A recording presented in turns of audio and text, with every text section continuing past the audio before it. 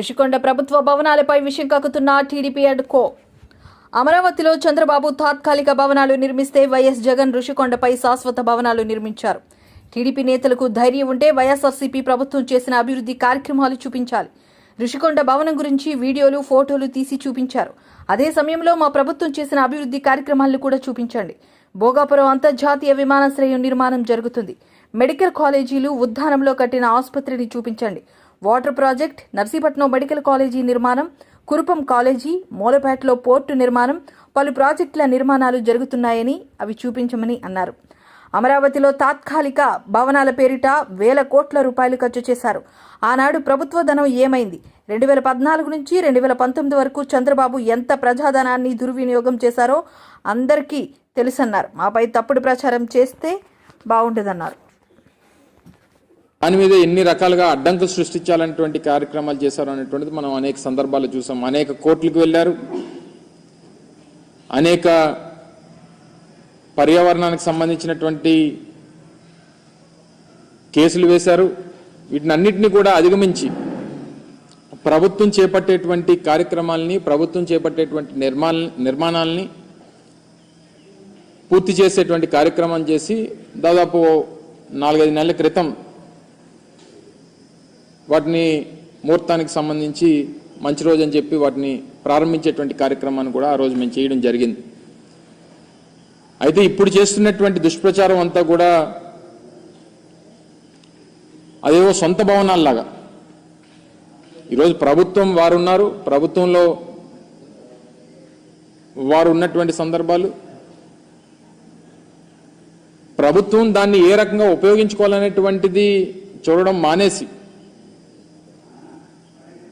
రేపు రానటువంటి కాలంలో రాష్ట్రపతితో లేకపోతే గవర్నర్ గారో లేకపోతే ఇతర పెద్దలో వచ్చినప్పుడు దాన్ని ఏ రకంగా ఉపయోగించుకోవాలి అనేటువంటిది చూడడం మానేసి దాన్ని ఇంకా జగన్మోహన్ రెడ్డి గారు ఇల్లులాగే చిత్రీకరించేటువంటి ప్రయత్నం చేయడం అనేటువంటిది సమంజసం కాదు. దాన్ని తీవ్రంగా ఖండిస్తా ఉన్నాం. ముఖ్యంగా జగన్మోహన్ రెడ్డి గారు మేము అధికారంలో ఉన్నప్పుడు విశాఖపట్నాన్ని ఎగ్జిక్యూటివ్ క్యాపిటల్గా చేయాలనేటువంటి ఒక పాలసీని మేము తీసుకోవడం, దానికి అనేక రకాలైనటువంటి అడ్డంకులు సృష్టించేటువంటి కార్యక్రమం చేశారు. మళ్ళీ అధికారంలోకి వస్తే ఇక్కడి నుంచి పరిపాలన మొదలు పెట్టాలనేటువంటి ఒక నిర్ణయాన్ని ఆ రోజు జగన్మోహన్ రెడ్డి గారు ప్రకటించడం జరిగింది. సరే, ఎన్నికల్లో వచ్చినటువంటి ఫలితాలు దాన్ని ప్రజాస్వామ్యంగా అంగీకరించి వారికి అధికారం వచ్చింది. సరే, వారు ఇప్పుడు నిర్ణయం తీసుకున్నారు, నిర్ణయం తీసుకున్న దాని ప్రకారం వారు చేసుకుంటారు. విశాఖపట్నం అనేటువంటిది ఉమ్మడి రాష్ట్రం ఉన్నప్పటి నుండి, హైదరాబాద్ రాజధానిగా ఉమ్మడి రాష్ట్రానికి ఉన్నప్పటి నుంచి రెండో అతిపెద్ద నగరంగా అభివృద్ధి చెందినటువంటి ప్రాంతం విశాఖపట్నం. దానికి సంబంధించి గతంలో మేము ప్రభుత్వంలో ఉన్నప్పుడు ఒక స్టేట్ గెస్ట్ హౌస్ మన భీమిలి రోడ్లో దగ్గర నిర్మాణం చేయాలని చెప్పి నిర్ణయం తీసుకున్నప్పుడు కూడా దాని మీద కూడా కోర్టులో కేసులు వేసి దాన్ని అడ్డుకునేటువంటి ప్రయత్నం చేశారు. జగన్మోహన్ రెడ్డి గారు విశాఖపట్నానికి రాజధానిగా ప్రకటన చేసిన తర్వాత ఆ నిర్ణయంతో ముందుకు వెళ్ళాలనేటువంటి ఆలోచన చేసినప్పుడు దాని మీద ఒక కమిటీ మేము ఆ రోజు ముఖ్యమైనటువంటి ఐఏఎస్ అధికారులు, సీనియర్ ఐఏఎస్ అధికారులతో ఒక కమిటీ వేయడం, వారు కూడా దానికి సంబంధించి ఈ భవనం అయితే బాగుంటుందనేటువంటి అభిప్రాయాన్ని తెలియజేయడం, సబ్సిక్వెంట్గా వచ్చినటువంటి రాజకీయ పరిణామాలు, ఎన్నికల ఫలితాలు, ప్రజలు తీసుకున్నటువంటి నిర్ణయాలు, ఇవన్నీ కూడా చూసిన తర్వాత ఇప్పుడు దాన్ని ఏ రకంగా ఉపయోగించుకోవాలనేటువంటిది ఇప్పుడు ఉన్నటువంటి ప్రభుత్వం ఆలోచన చేయాలి తప్ప ఇంకా తీసుకుని వచ్చి జగన్మోహన్ రెడ్డి గారి మీద, వైఎస్ఆర్ కాంగ్రెస్ పార్టీ మీద బురద జల్లడం అనేటువంటిది ఎంతవరకు సమంజసం అనేటువంటిది వారు ఆలోచన చేయాలి. నేను కూడా మా పార్టీ తరఫున మాట్లాడాల్సి వస్తేనో, ప్రజల తరఫున మాట్లాడాల్సి వస్తేనో, ముఖ్యమంత్రి చంద్రబాబు నాయుడు గారు 2014 నుంచి 19 వరకు ఏ రకంగా ప్రభుత్వ ధనాన్ని ఈరోజు ప్రభుత్వానికి సంబంధించినటువంటి భవనాలు నిర్మిస్తేనో, ఒక డిపార్ట్మెంట్కి సంబంధించినటువంటి నిర్మాణాలు, శాశ్వత నిర్మాణాలు నిర్మిస్తే దీన్ని ఈరోజు ప్రజలకి తప్పుదోవ పట్టించేటువంటి ప్రయత్నం వారు చేస్తున్నటువంటి క్రమంలో చంద్రబాబు నాయుడు గారు 2014 నుంచి 19 వరకు ముఖ్యమంత్రిగా ఉన్నప్పుడు ఎంత ప్రభుత్వ ధనాన్ని దుర్వినియోగం చేశారనేటువంటిది కూడా మాట్లాడాల్సినటువంటి పరిస్థితి వస్తుంది. వారు హైదరాబాద్లో జూబ్లీహిల్స్లో వారి సొంత భవనాన్ని నిర్మించుకునేటువంటి క్రమంలో వారి కుటుంబ సభ్యులందరినీ తీసుకొని వెళ్ళి ఒక ప్రైవేట్ హోటల్లో పెట్టి కోట్లాది రూపాయలు ప్రైవేట్ హోటల్కి చెల్లించినటువంటి సందర్భాలు. సరే, ఇవన్నీ ప్రభుత్వంలో ముఖ్యమంత్రులుగా ఉన్నప్పుడు కొన్ని సెక్యూరిటీ రీజన్సో లేకపోతే ఇతరితర వారికి ఉన్నటువంటి ప్రయారిటీసో ప్రోటోకాల్స్ ప్రకారం కొన్ని నిర్ణయాలు తీసుకుంటుంటారు.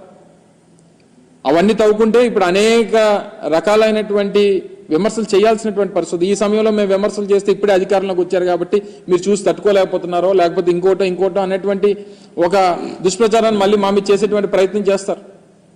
నేను వాటి జోలికి వెళ్ళను.